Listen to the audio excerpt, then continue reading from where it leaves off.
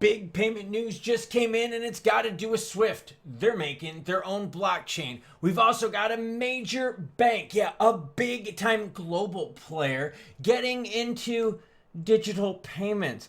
HBAR fans, are we out of the woods? Ooh, we'll talk price action. XRP's up 53% in this metric, but the rest of the market's up 74%. We'll hit that up along with... I say lots of naughty things, so here's your warning. Along with your comments, some heat map, yeah, we in the green, baby. Some altcoin season index action, and banking payment news. Yeah, crypto payments and banks, you heard me, and Swift announcement as well. Let's get into it. Chameleon says, happy Monday, Klaus. ETFs will be huge. Yes, the spot ETFs will be massive, all right? Some of them are going to be nothing burgers. Let's just be real here. Some of them, turd sandwiches. But a lot of them are going to be juicy, and we're going to be paying attention. So I have the ones for XRP in October. I have this link down below, okay? There's a whole week of them between the 18th of October and the 25th. All right, you want to get those dates, write them down on your calendar.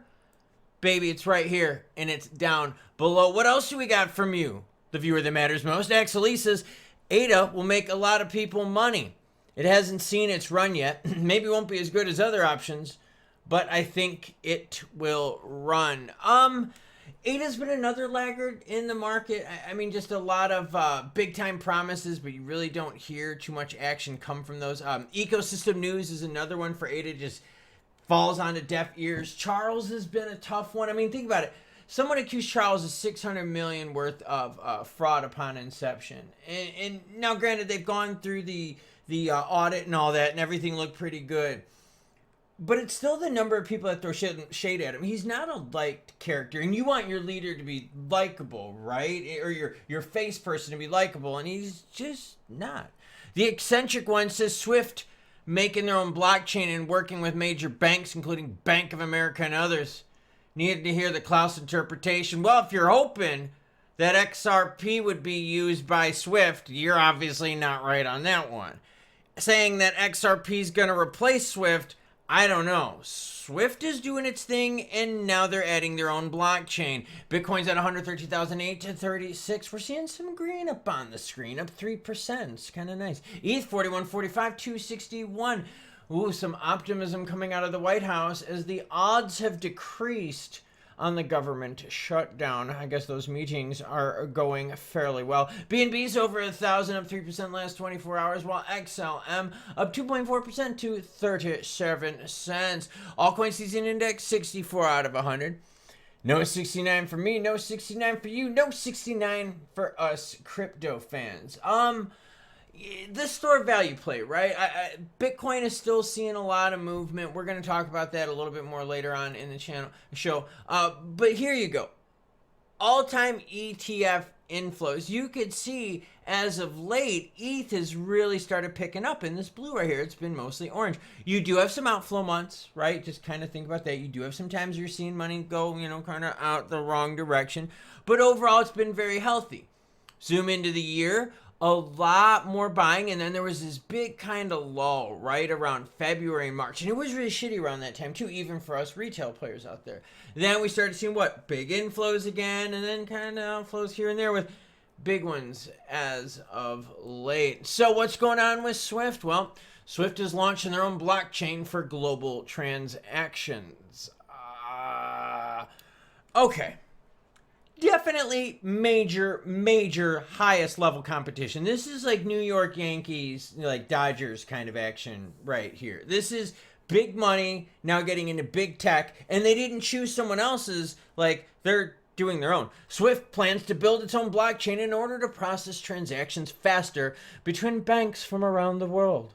Some view it as the group's effort to compete with the speed and scale of stablecoins. It is, and with crypto. Swift is teaming up with major U.S. banks to build a blockchain. The move comes as stablecoins near $300 billion in market cap. According to a recent Financial Times article, the international payments group Swift is seeking to compete with the rapid growth of stablecoins by introducing its own blockchain ledger.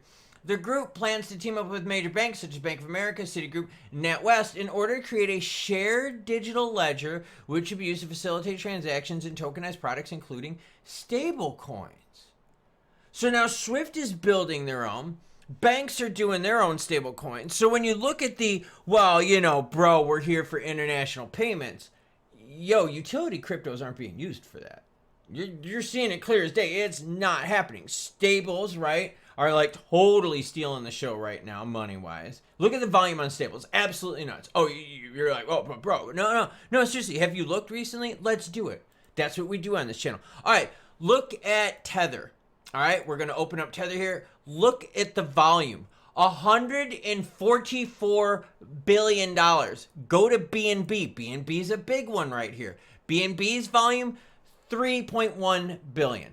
144 for Tether, 3.1 for BNB. All right, let's pick a little bit smaller stable coin. Let's go to USDC, market cap of 73 billion. So, what does that look like? 14.6 billion. Yeah, like people are rolling into stables, and now with Swift building their own blockchain, there's no need for them to use other people's blockchain. Not OPP, but OPB, other people's blockchain. Yeah, you know me. Citi is raising their stablecoin market cap forecast to 4 trillion. So, what are you seeing again? Skeptics once again proclaim that banks will be disintermediated, but we do not believe crypto will burn down the existing system. Rather, it will help us reimagine it. And they're building their own. Like, they're using the concepts from other blockchains out there and being like, well, why don't we just make international payment? Why don't we just make our own tech cheap? Done. Boom. Not using anyone else's shit.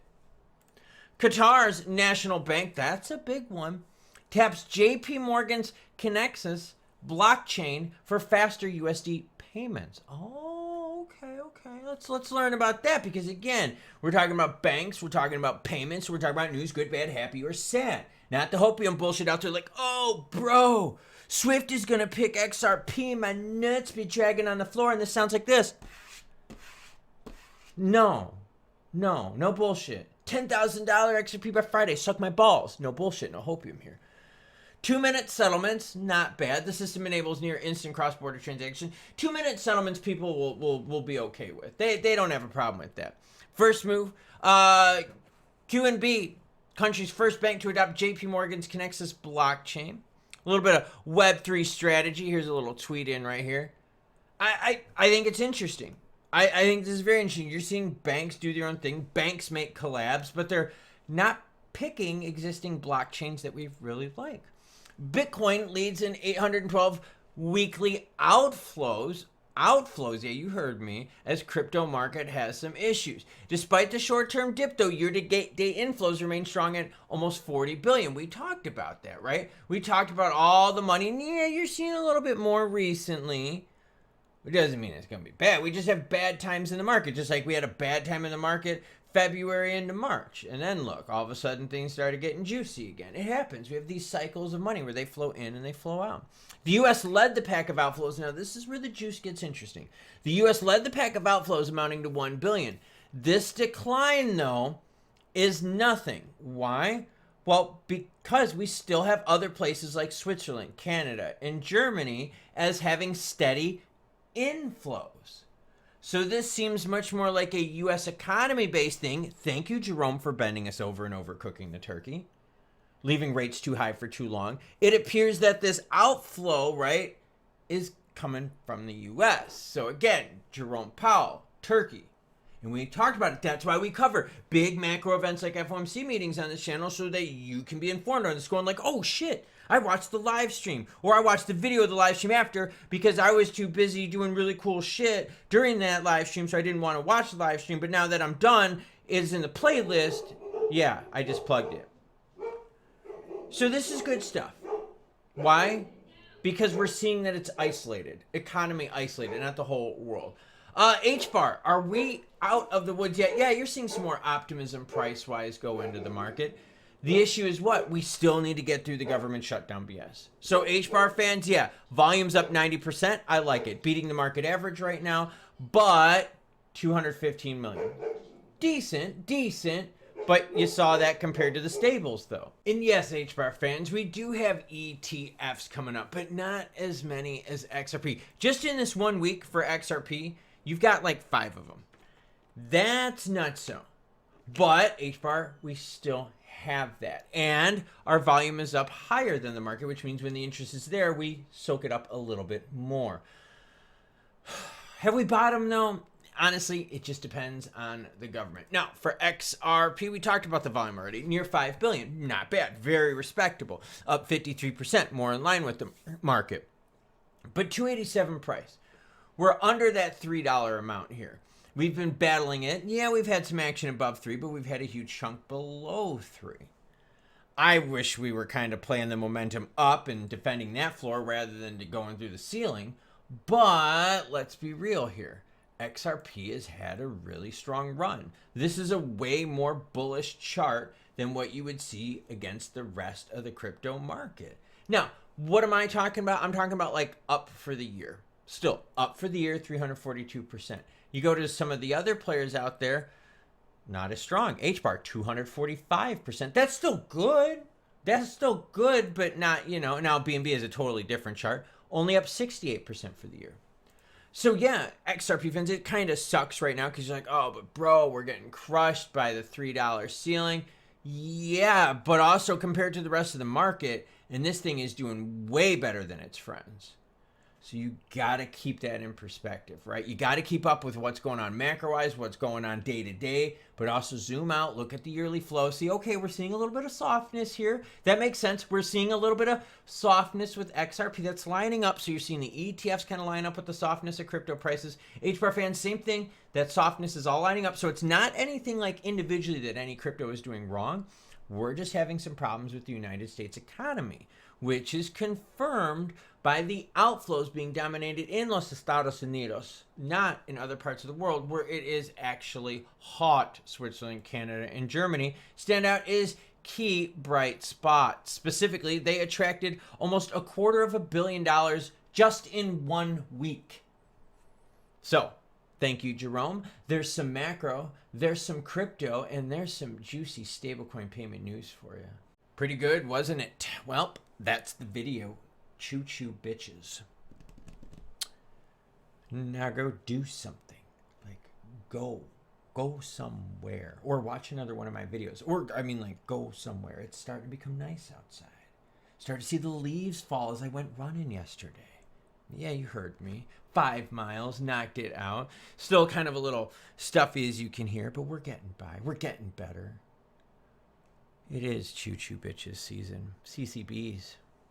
Sign says it behind me. I already said it once, but I have to end the video with it anyways. Choo choo bitches. Now go do something.